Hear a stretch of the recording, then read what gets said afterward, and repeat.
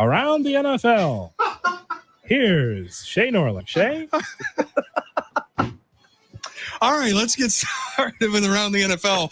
Steelers training camp. I kept reading yesterday. Justin Fields, he's opening people's eyes. Debate on Get Up this morning. Could Justin Fields be the starter in Pittsburgh by the time training camp comes to an end? I don't care whether it's Russell Wilson, whether it's Justin Fields. The Steelers are going to do what they're going to do. My question is, can these two coexist on that team? With the national narratives, the coverage that the Steelers get, the way people are going to talk about this all season, it will be a question. Is it remotely possible that Russell Wilson and Justin Fields can coexist on the Steelers? Yes, they will. They will coexist because of the leadership that's there. If this is just some young head coach to handle those two egos, well, definitely Russell Wilson's ego, there's no question. That'd be a problem. But the guy at the top of this team, Mike Tomlin, will make sure that those two can coexist. Now, who's going to get the lion's share of the snaps? The hope is that is Justin Fields, that he can turn his own narrative around. But yes, I think that this will not be a problem for Mike Tomlin. Look, Russell Wilson is the starter if healthy. They're being careful with his calf. Wasn't it Burrow at a calf last year? Mm-hmm. So they're being very, very careful. He said if it was a game day, I could absolutely go. But they're just being careful. But this whole Justin Fields ran for his 6th rushing touchdown in training camp. He now has 17 passing TDs, 6 rushing, while Caleb Williams is struggling with 8 touchdowns and 6 interceptions. A bust in Chicago? Shut up at Just Him Fields or whatever this guy's name is. Clowns. Listen to what our players are saying. Mercedes and Bayer. This dude's special. He's one of the best we've seen at this age. Let's go.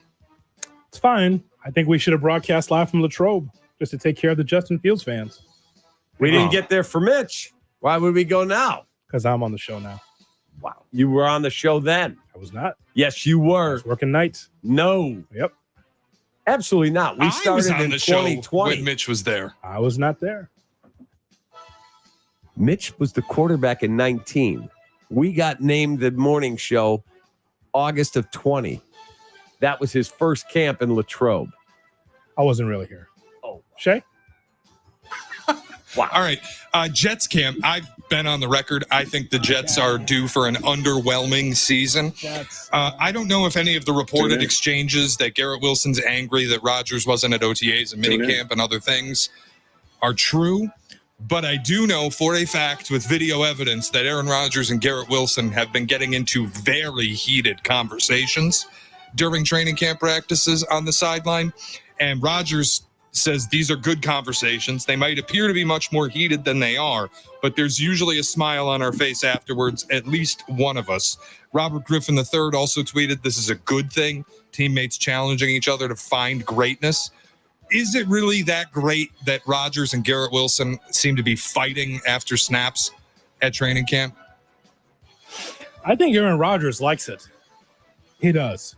And you know deep down, a lot of those players are like, this guy can just go to Egypt, or this guy could just do what he wants to do and just go unchecked.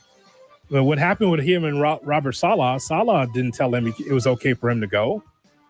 And so, but I would imagine the other teammates of Rodgers are like, well, how does he get a chance to do whatever he wants and we can't?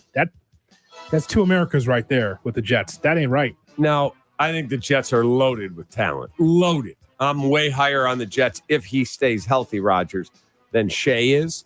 But what was the exact exchange, Shea?